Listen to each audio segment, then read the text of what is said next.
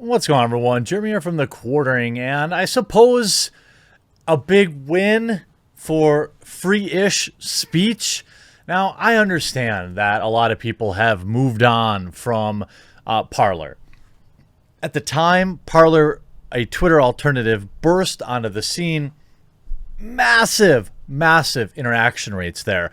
I myself went from like 0 to 160,000 followers overnight on Parler. I was getting thousands of interactions on my posts. I thought, wow, this is what it's like to not be blacklisted or throttled, which is like what I get on Twitter. Amazing.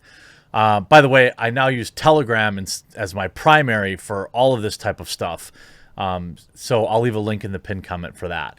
But soon after, Parler was seen as a legitimate contender to Twitter.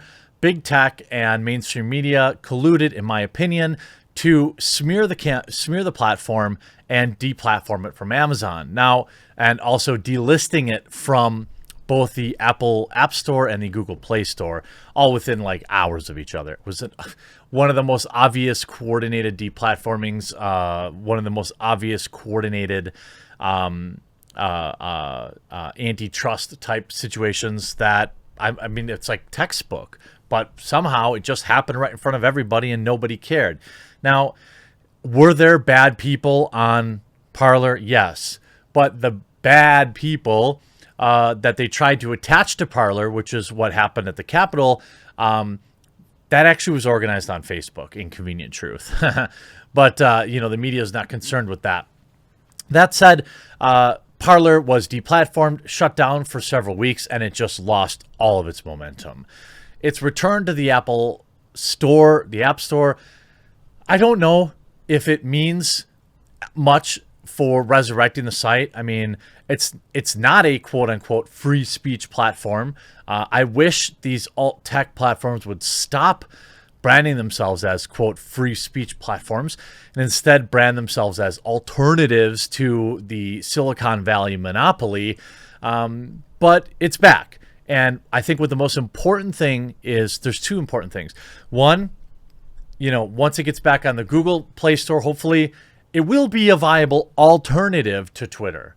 It's not going to be a free speech utopia like some people think it's going to be. But I think the big picture is that it's an alternative. The second big advantage is people are absolutely melting down about this on Twitter. So Congressman Ken Buck put out on March 31st, Senator Mike Lee and I sent a letter demanding answers why Apple removed Parler from the App Store. Today, we received a response. Parler will be reinstated on the App Store. Huge win for free speech. PJW says, I give it 3 months before they're kicked off again. Naturally, this will be prompted by journalists on a witch hunt finding edgy posts that Parler failed to remove.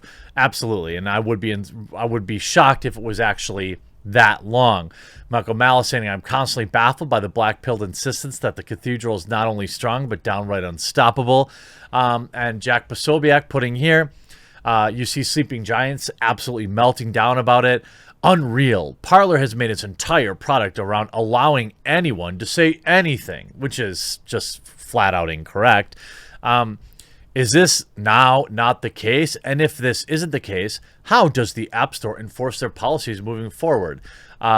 This isn't about, this is about, okay, let me back up.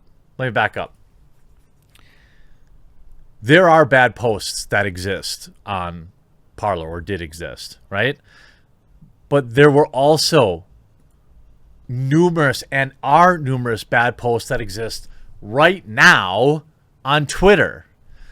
The biggest complaint I have with Parler is that it's a right-wing Twitter. It's the same echo chamber that you see on Twitter, but its existence is still important. And I continue to support the platform. It's been on my banner even while the site was down. They're not paying me for that. That's free. I want alternatives. I know that there are people out there who are black-pilled on it and like, well, it's not 100. I can't just post whatever I want, so screw it. I get it. I mean, I too remember the goth kids in high school that everything was pain and everything was sucked and nothing was worth it and life didn't matter. I remember all of that. But the reality is we must work within the confines of the system. If Parler can get back on the Google Play Store, which is very important, it's almost more important than the Apple Store, this would be massive for the app. Because if you don't have mainstream access, it's going to be very difficult to grow. Now, a lot of people out there will say, you don't need it. You don't need it. You could just download the APK from their website. Yes, it's true. Tech-savvy people can do so. But you are going to receive but a fraction of the overall market. I've been using the Parler app on my phone ever since they came back online. It's still full of bugs. It's still slow. It still has all sorts of problems. It still lacks a lot of features, but it exists, and that's what I'm excited about. You see Candace saying, which is why Parler will need to sue Apple still and continually collect evidentiary tweets that are allowed to stay on Twitter. They need to develop an offensive strategy to protect themselves, responding to Paul Joseph Watson. Glenn Greenwald saying, first, this is a lie, responding to Sleeping Giants. Parler had a terms of service from the start and enforced them, though imperfectly. Like all sites, they deleted many posts construed as bad. Second, a group devoted to internet censorship is creepier and more dangerous than what they want to censor. Tim Poole asking, does anyone even use Parler anymore? Well, no, but part of the reason is they were offline. And they lost all that steam because of the tech censorship, because of the monopoly at the top. Yeah, it was imperfect, but people were willing to deal with it, to deal with the growing pains because it was an alternative, one that was rapidly growing. Nick Fuentes saying the only reason Parler is now allowed to return to the App Store is because they adapted restrictive terms of service dictated by Apple. This is not a victory at all. Again, this is more of a black-pilled position. I try to view things through a lens of practicality or pragmatically. And, the idea is, no, it's not perfect. You see a lot of stuff. The whole app was written by one amateur program, has tons of bugs and security issues. Plus, they force you to give your phone number. They don't use that app unless you want your personal info to be leaked by some hacker one day. A lot of people, they have a lot of PR. And again, here, people putting out Telegram is much better, to be honest. I've absolutely loved using Telegram.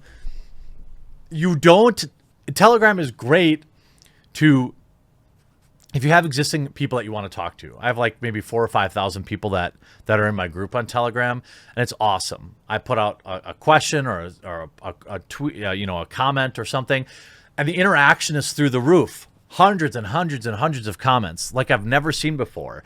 But I still think I'm trying to be optimistic that, Parler may not be I think it's fair to say, the big competitor for Twitter that it was in that flash in the pan that they had.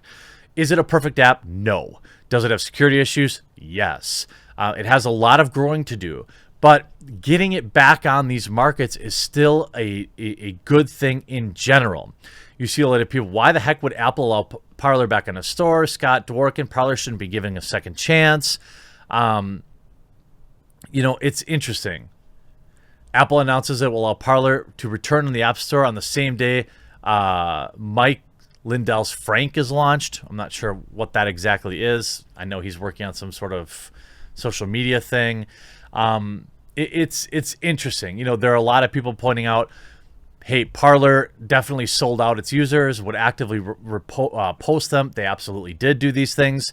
But again, the big picture is that competition is good, and that if there is a somewhat viable place to go, which we have Gab, but their owner is a maniac, Parler a year from now, if it's allowed to grow and flourish, may be a great alternative.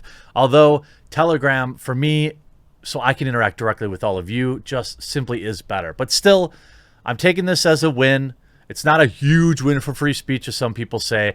And it's interesting how Twitter's melting down about it. Because, you know, if Parler wasn't a threat, why do you care? Just let all these right-wing nut jobs you hate so much go off to another app.